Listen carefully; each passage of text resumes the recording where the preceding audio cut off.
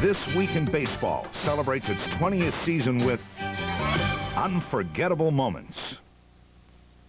Want to see something cool?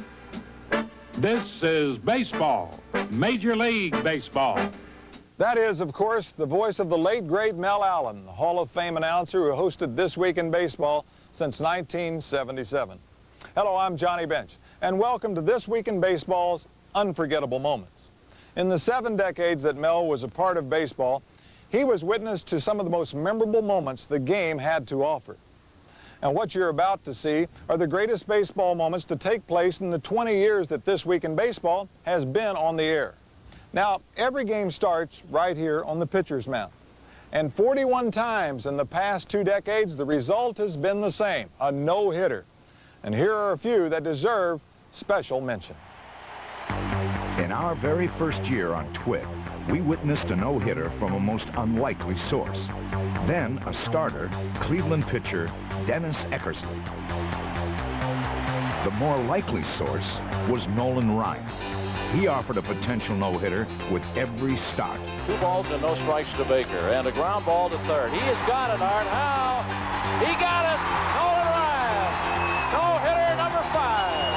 His teammates are carrying him off, the first man ever to pitch 5 career no-hitters.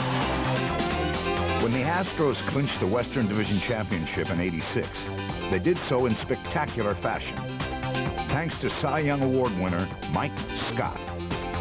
Swing and a bouncer. This could be it. Davis runs to the bag. Game is over. No-hitter. Astros win the championship. What a way to do it. Deeds ready. Here's the 2-2 windup. A swing and a bouncer to second. Big hop over the... Incredibly, Toronto's Dave Stieb lost 2 no-hitters with 2 outs in the 9th on consecutive starts in September of 1988. A swing and a shot down the right field line at the base hit. And there goes another no-hit bid for Dave Stieb. 1 year later, Stieb had a no-hitter and a perfect game, again with 2 outs in the 9th. Holy cow, he broke it up with 2 outs. I don't believe it. Finally, the following season, Stieb's ship came in on the banks of Lake Erie. Into right field. He has got a no-hitter for Dave Stieb. The long frustration is finally over. But as Stieb's frustration was ending, Dwight Gooden's was yet to come. New York's brightest star lost control of his life. For almost 2 years, he was out of baseball. Then, a comeback with the Yankees, a Broadway script, topped off by one phenomenal night. Lifted in the air, in the infield. Derek Jeter waiting, makes the catch. A no-hitter for Dwight Gooden.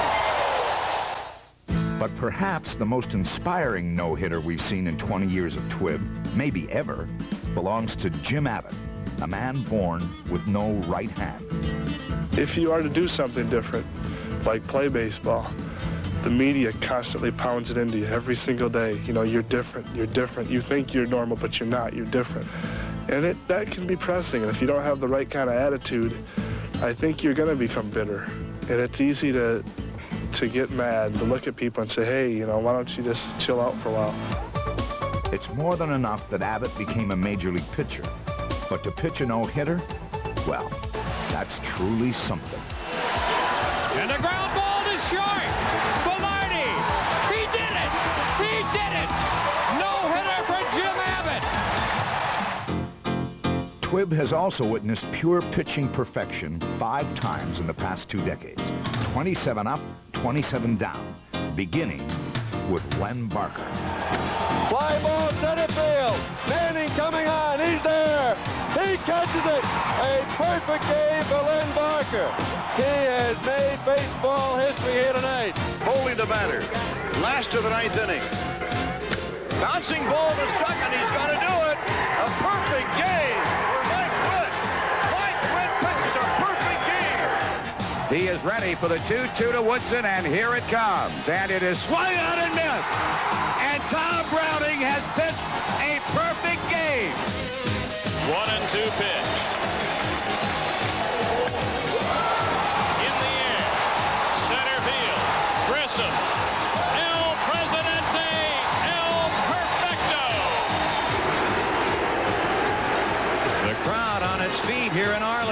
2 outs in the 9th. The fly to center field. Greer there. He's got it. A perfect game. Oh, baby. Kenny Rogers. Roger Clemens wasn't perfect, but he did heat up a cool April night in Boston with a strikeout record. I'm very thankful that I was the one that happened to. You know, I feel very blessed that way, and you know, I don't think that the record will ever be broken. Except, you know, there's always a chance it can be broken, but I don't think nobody will walk nobody in that game. And that's what I'm proud of. That, you know, I didn't realize at the time I was doing that. I didn't realize at the time I had that many strikeouts. I knew I was coming up close to what I had the year 1984. I had 15 in one game, and until Al Nipper told me in the 9th inning I had a chance to go down in history. And so I'm very happy about that. Nobody's done that before, and I do treasure that more, and I probably would have no-hitter because there's been a lot of people throwing no-hitters before. A new record. Clemens has set a major league record for strikeouts in a game. 20. Coming up next, you got the power. Power. You hear that word a lot when people talk about home runs, but there's more to it than strength. When a hitter clears the wall, as I did 389 times in my career, thank you, he can make thousands of people rise as one in celebration. Now, that's power. There have been many unforgettable home runs hit in the postseason these past 20 years. But for the purpose of this special, we'd like to focus on the home runs hit during the regular season, or the regular season plus one. The Red Sox and Yankees needed a one-game playoff to decide the pennant in 1978. And with 2 out in the 7th, Mike Torres faced the light-hitting Bucky Dent with 2 men on base. We were down 2-0, and what I was trying to do is I was trying to get a pitch that I could drive someplace and hit the ball hard. Deep to left. Yastrzemski will not get it. It's a home run. We talk about loving Fenway Park so much. It's probably the one time that I hated Fenway Park. When he first hit the ball, I thought it was an out. I just kept going back, and then when it slid over the wall, I couldn't believe it. I didn't think it was going to be a home run. When baseball returned to Washington for a Crackerjack old-timers game, it gave us a truly memorable home run, hit by the ageless Luke Appling.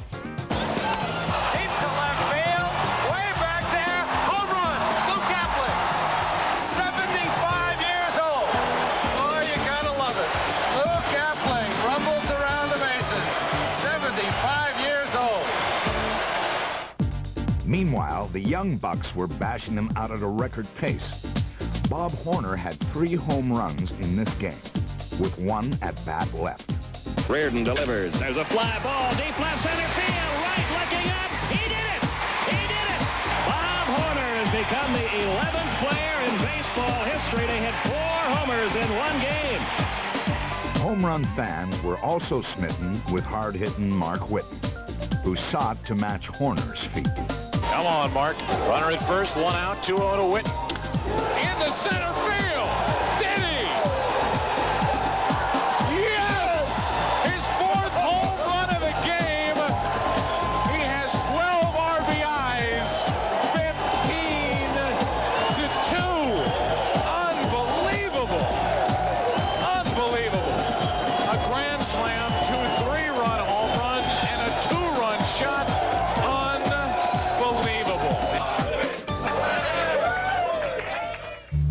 Yankee Stadium was the site for a pair of home runs that simply defied the odds. It was Texas who went back-to-back the hard way. Once again, Mel Allen. Toby Harrah lifts a long fly ball toward the seats and right. Lou Piniella goes back, leaps, can't hold it as he hits the wall. Lays stunned on the ground. 1 run scores, while Harrah scores 2 for an inside-the-park homer. That's unusual, but watch this. Bump Wells on the very next pitch, tags 1 to deep center.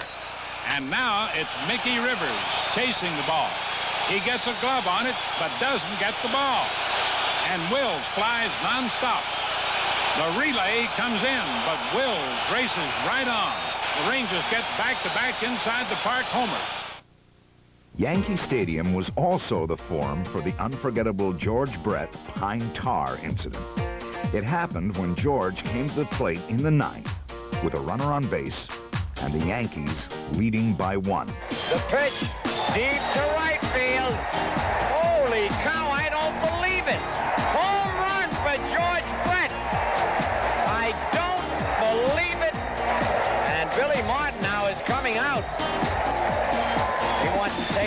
that bat.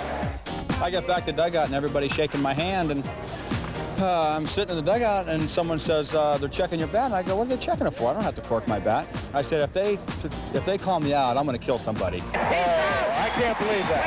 I can't believe that. They did that to Simon Munson. Brett is upset, I can't believe that, Phil. It was just one of those things where in the heat of battle, we'll just get a little excited. And I think that day I just got a little too excited. Billy was protesting that I had used an illegal bat, too much pine tar on it. That was just one of those things where I thought they were wrong, and I was totally unaware of that my bat was illegal, that I had too much pine tar on it. If so, they should have told me that before I went up to bat. I think everybody knows what happened after that. The Royals protested. We ended up having to finish in the game. I was kicked out of the game for my behavior, and we ended up winning. Coming up next, it's a family affair. Jar. It's over there in the car, in a drawer, on the floor. So where's your loose change? Well, it's time to cash in with Easy Money, the amazing coin machine that sorts, stacks, counts, and loads coin wrappers with incredible speed. Just turn it on, then drop in a handful of loose change and watch. The wheel spins and separates each coin. Then they're launched down the tube where they're sorted. Each coin drops into its own removable tube where it's stacked and counted. And when you place a coin wrapper in the bank, it's automatically filled with the correct amount of coins. When it's done, they pop out in their neat stacks. You're left with wrapped piles of money. And with a handy AC adapter, you'll never need to buy batteries again. So what are you waiting for? It's Easy Money, and it's only $19.95. It'll pay for itself the very first time you fill it up. Easy Money. It makes perfect sense. To order Easy Money, call 1-800-427-9889. That's 1-800-427-9889, or send $19.95 plus $6.95 shipping to the address on your screen.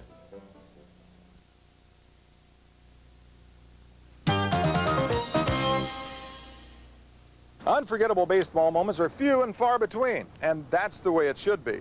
But once in a blue moon, milestones and magnificent achievements can incredibly happen on the same day. And as we've discovered in the past 20 years, it makes those days even more memorable. Seaver bidding for the 300th win of his career, and it's a high fly ball. It should be playable. Nichols is moving over. Nichols is there. The ball game is over. Seaver has won 300. Rodney Klein Carew, the hitter extraordinaire, goes after number 3,000. There's a drive to left field, base hit. There's number 3,000 for Carew. So Carew has joined the illustrious 3,000 hit club. Perhaps the most remarkable man to pitch in this game. That's it. Number 7 is in the books. The remarkable Ryan has done it again. Ricky goes, a pitch taken. He's going to have it. He does. Ricky Henderson, no contest, steals third base, jerks the bag from its moorings, and holds it aloft, representing number 939. Lou Brock was a symbol of great base stealing.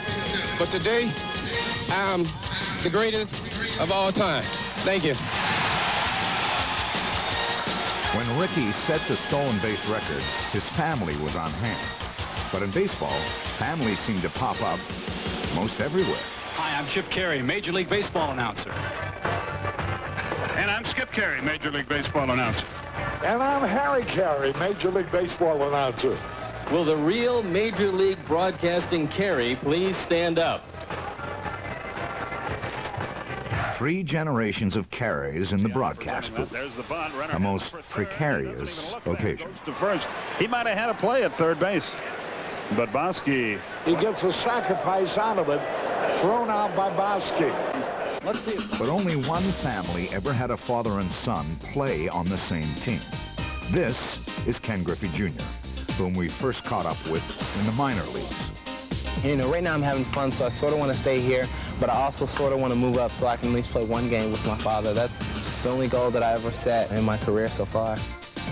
Ken Griffey's career was, of course, coming to an end when on August 31st, 1990, senior and junior got their chance. It should be junior. I was here first. You should get senior. I've been around a lot longer. You should get junior. But you came on my team. No, so that means you get senior. This is, I guess, the pinnacle, really. This is the thing that in my career that I'm very proud of.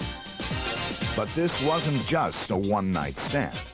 For after that first game, the Griffeys continued to amaze. Well hit to center field. Devon White going back. Gone! A two-run home run. I mean, that's a great sight to see him come to home plate and be congratulated by his son. So here's Ken Jr. And he hits one well to left center field. Back-to-back home run. What else can these guys do? Not to be outdone, says Jr. The great thing about the Griffeys, it's not like a father-son relationship. They're more like brothers. I mean, they really kid each other in the clubhouse. And Sammy shoots a high fly out of the left center. And it's Ken Griffey Jr. taking a play away from his father.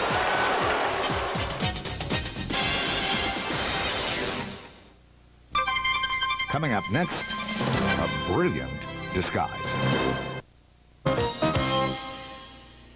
We've all had our share of embarrassing moments on the baseball field, even the great ones. I even struck out on an alleged intentional walk, but that happened before TWIB, so they wouldn't dare show it. I can't believe they showed it. Well, at least I'm not alone. Take, for instance, George Brett's crowning moment, the day he got hit number 3,000. 3,000 hits. Boy, now, there's something that can really take your mind off where you are. George Brett with a 4-for-4 night. Number 3,000 for one of the great players of all time, George Brett. What a moment of baseball history here at Anaheim Stadium.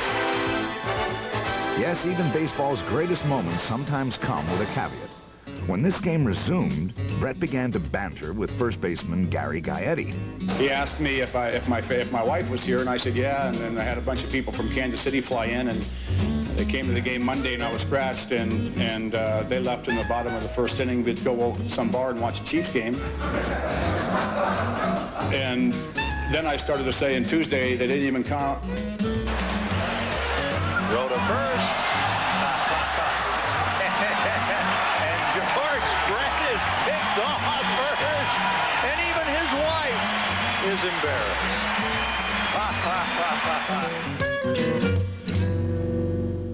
At least Brett's public undressing wasn't the result of a strip search. That's what pitcher Joe Niekro almost had to endure when he was suspected of scuffing up the baseball with a foreign object. Unfortunately, Niekro emptied one pocket too many and discovered, once again, that an umpire's eye doesn't miss a thing.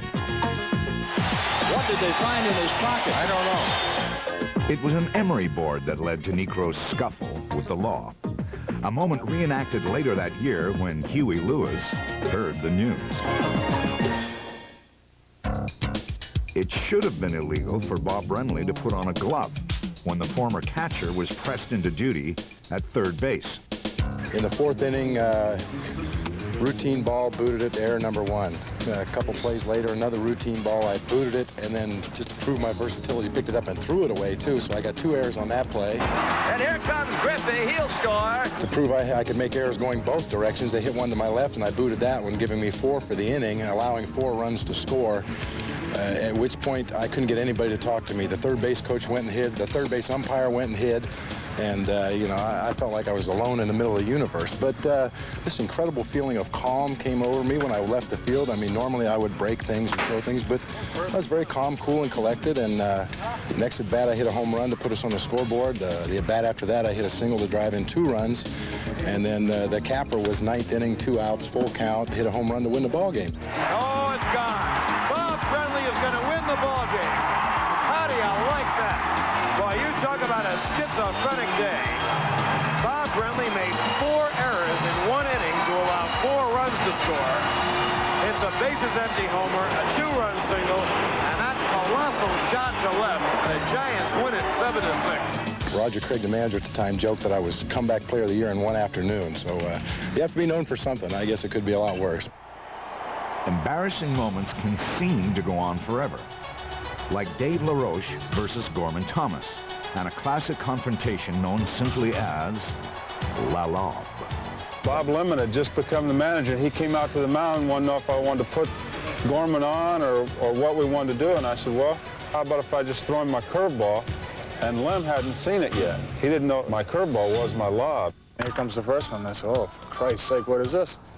And I'd only played one game of slow pitch softball in my life, so I really wasn't sure the proper technique of hitting it. What I was really trying to do was trying to hit a home run. Yeah, I threw 2 or 3, and he fouled one off, and then I think he tried to bunt one, and I tried to sneak a fastball, and everyone was kind of having a good time.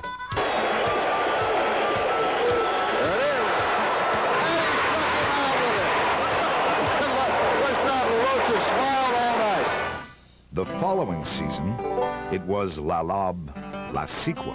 Well, the second time I kind of gave him a little smile, and I was thinking to myself, being a fair sport, I thought I would give him another chance. So this time I think I threw him 8 or 10 straight, and he was fouling them off and pulling them way up in the upper deck. And I mean, the softer I was throwing it, the harder he'd swing.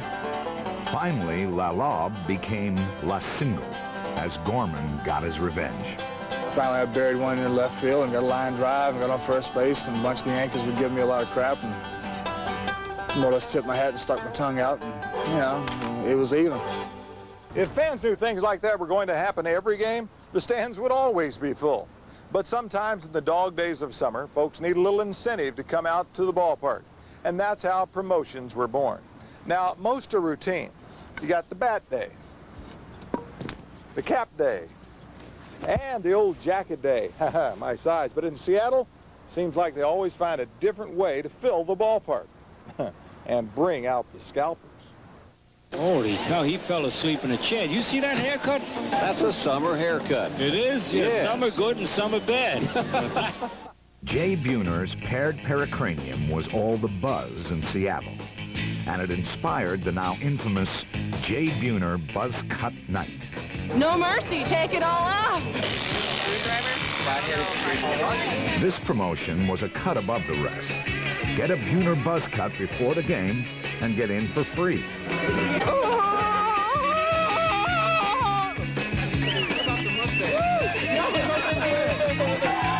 And those who lost their locks in this bald-faced barter got a salute worth shaving from the man himself, Jay Buhner.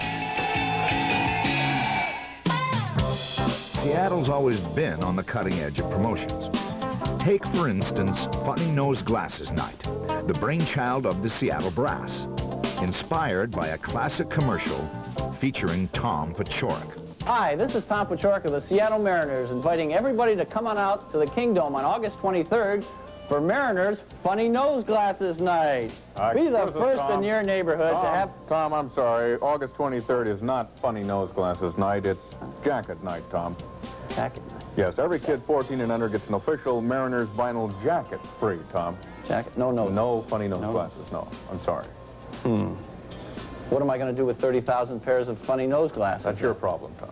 The Paciorek spot was the catalyst, but it started a little before that. I thought it up and was got up in the morning, was just shaving and just looked in the mirror, and it just came to me.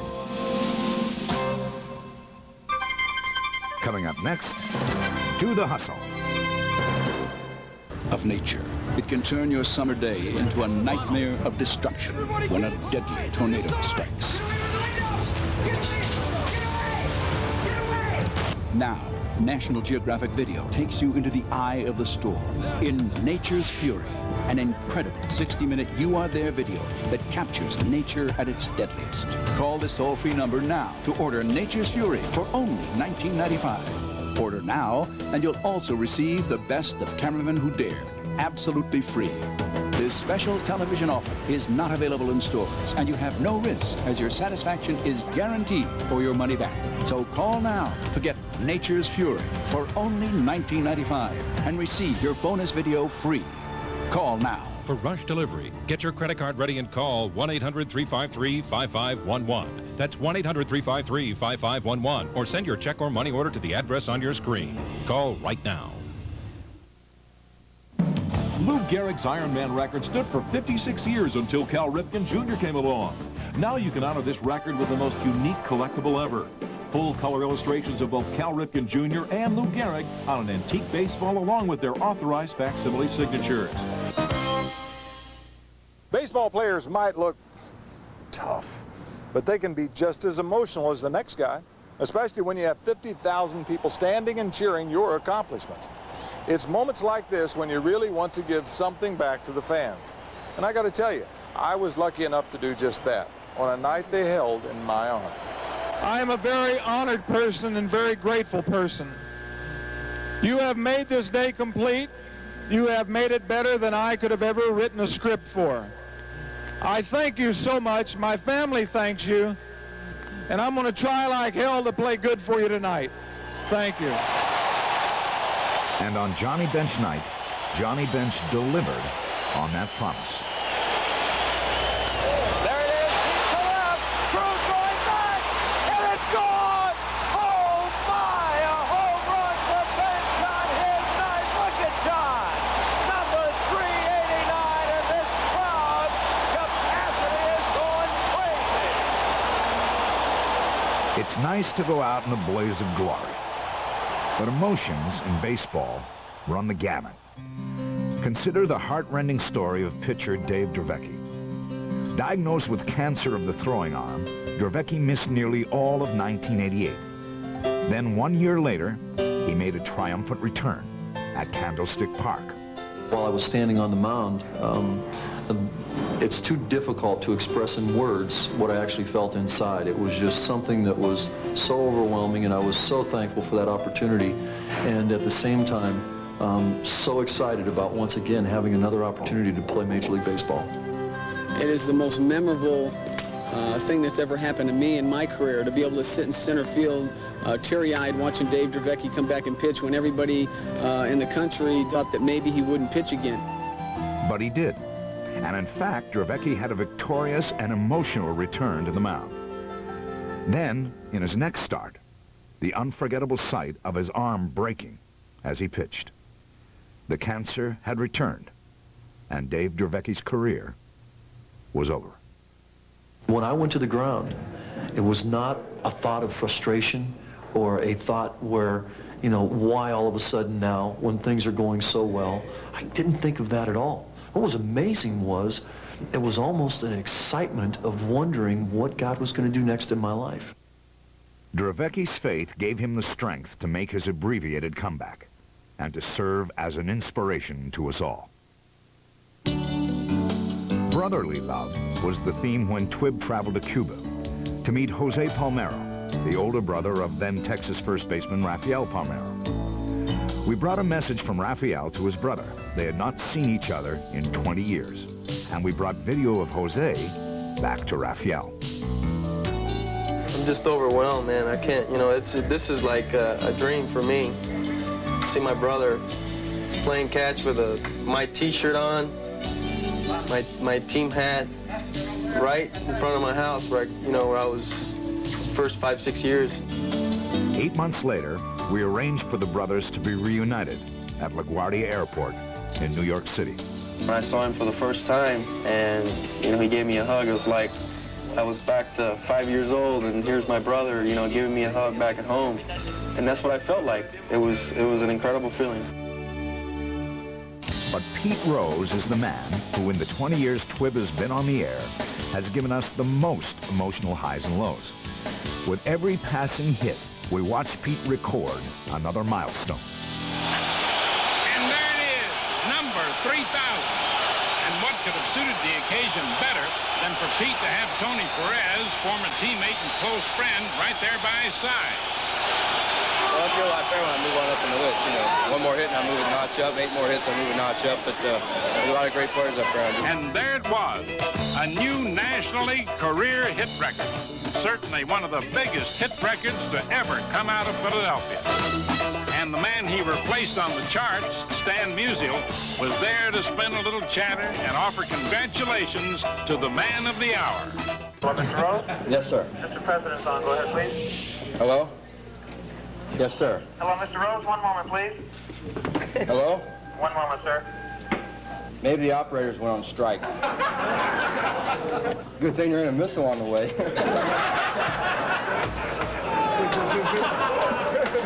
Mr. Rose, 1 moment, please. Okay. I waited 19 years. I can wait another minute or so. Who's speaking, please? Pete Rose. One moment, sir. Larry, I'll give you my home number. Hello? Hello. Pete Rose? Yes, sir. This is Ronald Reagan. How you doing? Well, I don't know. Pete didn't have to wait nearly as long to break the all-time base hit record, held by Ty Cobb since 1928. And he did it at home. If you have a lump in your throat, you're only human. Everybody on their feet here in Cincinnati and a worldwide television audience watching these moments tonight here at Riverfront Stadium. 2-1 pitch from Shaw.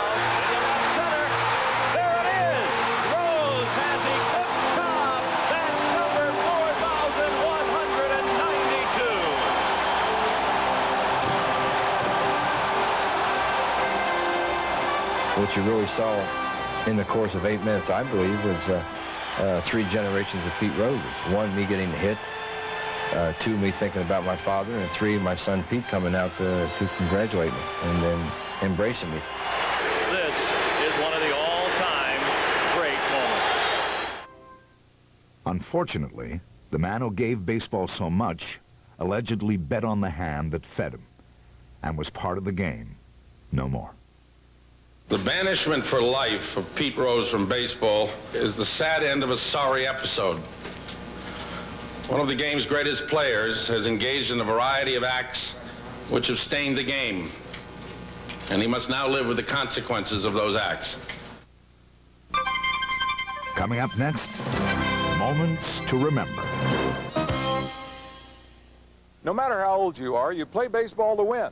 There's nothing quite like the feeling after a game when your team is on the winning end. But you play the game long enough and good enough, and pretty soon you're liable to rack up some individual accomplishments as well. Records are made to be broken, and new ones are always waiting to be made. And in the 20 years of This Week in Baseball, we got to see more than our fair share of record-breaking accomplishments.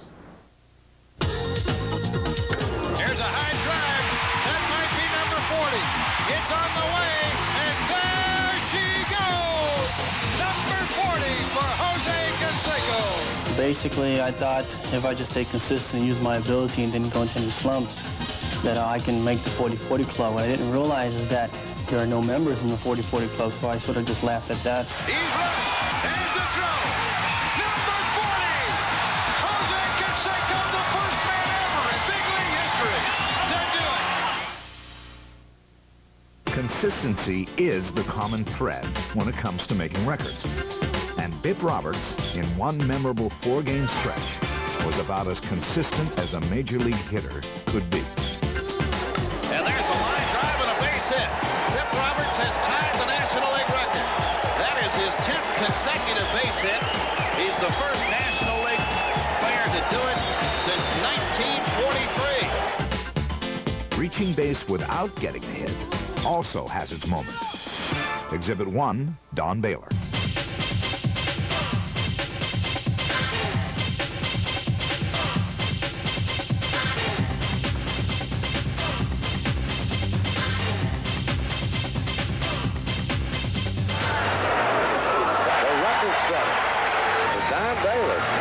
The 244th time he has been hit by a pitch in his big league career.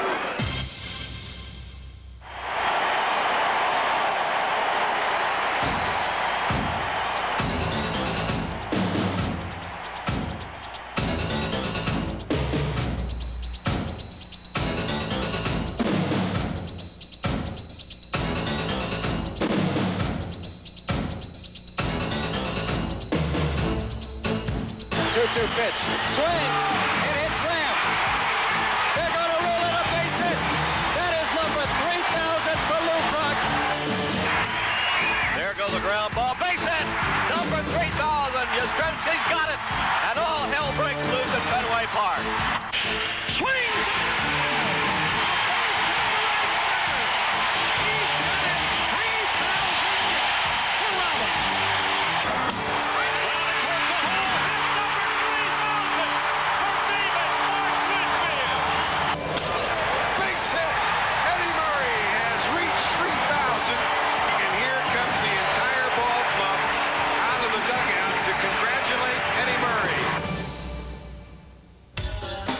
One of the 300th victories achieved during Twibb's tenure was by Gaylord Perry, a man whose spit and polish image, by his own admission, often made its way to the baseball. Here's a wet first-hand account of Gaylord's 300th by second baseman Julio Cruz. Willie Randolph is up, and it's 2 outs, and the crowd is just standing all over the place. Now I'm beginning to sweat. I can feel myself. I'm getting hot. My adrenaline is flowing and all, and I'm thinking, a pop-up, check swing, come on, right to me, right to me. What does Randolph do? Ground ball to Cruz. I grabbed the ball, and so that I wouldn't tip off that I'm playing with the ball, trying to get on the dry side, I kind of shuffled all the way over to first base, and then at the last second, I just kind of flipped it, and we got him out. Gaylord Perry becomes the 15th man in baseball history to win 300 games. My, oh my. I went to Latchman, and I said, Renee, look at my glove. And I showed him the palm of my glove, and it was all dark. All dark, like I'd been spitting tobacco in it all day long, but it was that Vaseline or whatever Gaylord. When Phil Niekro got his 300th win, he gave credit to his trusty knuckleball and a bit of inspiration from his brother. I told Butch Flanagan before the game, I said, I'm not going to throw any knuckleballs today, and he laughed. He said, go for it. We got down to the last inning. I still hadn't thrown a knuckleball. Then it hit me that if I'm going to win my 300th game, I've won 299 with knuckleballs. And my dad taught me the knuckleball, and he's in the hospital when there was about 2 outs in the ball game in the bottom of the ninth when Joe came out there. So, and the first thing Joe said was, I got some good news for you. And I said, what's that? He said, they just took that out of intensive care. I just couldn't think of a better way to hear, you know, my brother say something like that than coming off the mound off the 300th win. That's it! Holy cow, what a way to end it! A strikeout gets his 300th career win, and I tell you, this is really an exciting moment. The brothers hugging, and oh, I want to tell you, that is really an emotional moment. Coming up next, Unforgettable. That's what you are. There is no sport with a greater degree of unpredictability than baseball. A team can win 5 games in a row one week and lose 6 straight the next. A 200 hitter can walk out of the dugout and get 5 straight hits. That's the beauty of the game. But when players or teams take consecutive success or failure even beyond the unexpected limits, well, that's when we end up with streaks that are unforgettable. Or forgettable. Like the '88 Orioles, who began the season with 1 loss after another. I think if they really come together as a team, that they can lose the next 5. It got so bad, a local DJ pledged he'd stay on the air until they won. Our afternoon jock, Chris Emery, looked at me and said, you know, if they don't win, you ought to stay on the air until they do. Seemed like a good idea at the time. I figured it'd last a day or 2. And the streak continues. 21 straight losses to start off the season. And not-so-old man Rivers kept his FM vigil for more than 10 straight days. Anthony Young understood losing when he was with the Mets. Poor AY couldn't win a game, despite the myriad offers from his superstitious fans. I'm trying everything. You have any suggestions? Cliff Curtis held the record. His family had advice. Keep your good sense of humor and keep your focus. And let's get a no-hitter next time out so we can keep the record in the family. We'll share the record with you, but let's keep it between the families. Anthony didn't listen and went on to lose 27 straight. Across town, Don Mattingly tied Dale Long's long-standing mark with home runs in 8 consecutive games. I was feeling good at the plate. All of a sudden hit a long ball one day. You know, I told a couple of guys, I said, I feel like I'm going to hit one every day now. And just kept on trying to, hey, let's go out and help the club today. We're in the middle of a race, and keep doing positive things for our club. And it just kept happening. Hey, did he get all of it? Holy cow, he did it! Holy cow, Mattingly is unbelievable. Don Mattingly has just tied a record set back in 1956 by the Pirates' Dale Long.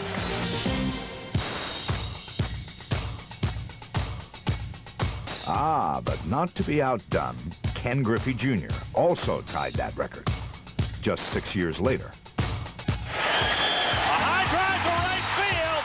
This ball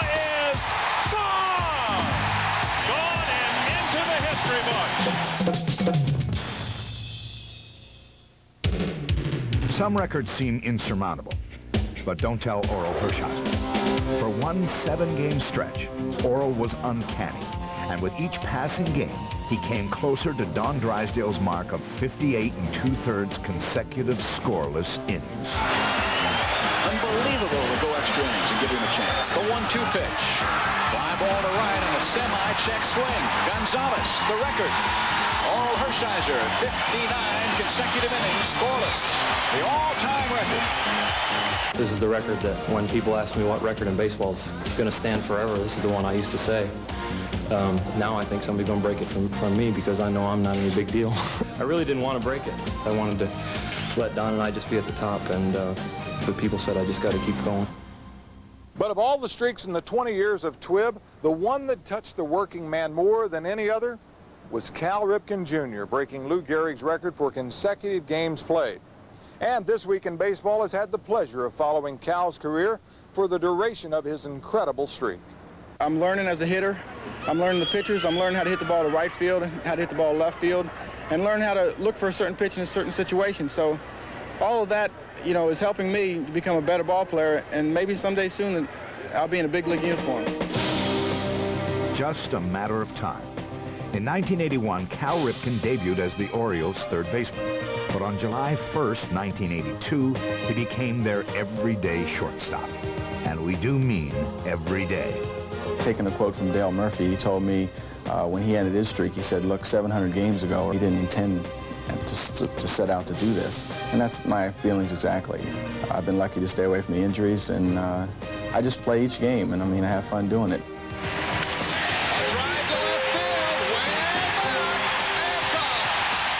At This Week in Baseball, we had the privilege to watch every game. I think I've grown a little bit, I've matured a little bit, and I've been able to handle it, you know, fair. I hope that that as this thing starts to escalate, I'll be able to handle it a little bit better, but the only way to find out is keep playing. Finally, on September 6, 1995, the streak that had stood the test of time immemorial was captured and passed. And Cal did so with a bang. Ripped to left! Oh my goodness! He's done it again! Come the 5th inning, the Iron Man record officially belonged to Cal. Cal Ripken Jr. has reached the unreachable star. It was heartwarming when he recognized his father, and then the crowd, I think, really appreciated Junior recognizing his father. Yeah, I looked up in the skybox and I made eye contact. It was almost like you were communicating without words, without any symbols. It was just a moment that was very special. A moment shared by his fans who couldn't get enough. It just kept going and going and going. And then Bobby Bowe and Rafael Palmeiro came to me and says, look, you know, we're not going to get this thing started again until you run around the stadium. And I thought they were just kind of joking. And they said, no, serious. And so they physically grabbed me at one point, threw me out there. So I said, okay, I'll just do it real quick. But, you know, after one handshake, two handshakes, two looks in the face, you know, all of a sudden it became, you know, a whole lot more intimate of a celebration. It became one-on-one. Then all of a sudden, by about a quarter of the lap, it didn't matter how long the delay was going to be anymore. It really was enjoyable to me to take that celebration to a more personal level. See people's faces that you saw in the stands all your whole career. Know some by name, not know some by name, but know by face. And it became a terrific celebration, and that lap became slower and slower as you went around. And that rhythm of the game that I was worried about didn't matter any longer. So it was a great thing. The moments of our time. What you've just seen were some of the most unforgettable moments from the 20 years This Week in Baseball has been on the air. But new moments are made every day. We'll see you in 2016 with the next 20. There's a new color in the Caribbean now that kids cruise free.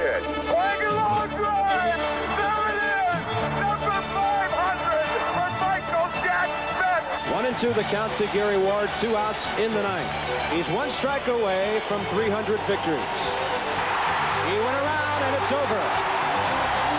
Rippey going back to the 1-8 track, leaps high in the air, and he's got it! An incredible catch by the kid! The set, the pitch.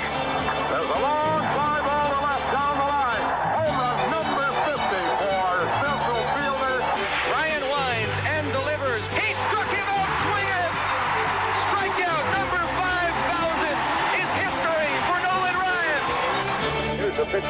Bye-bye.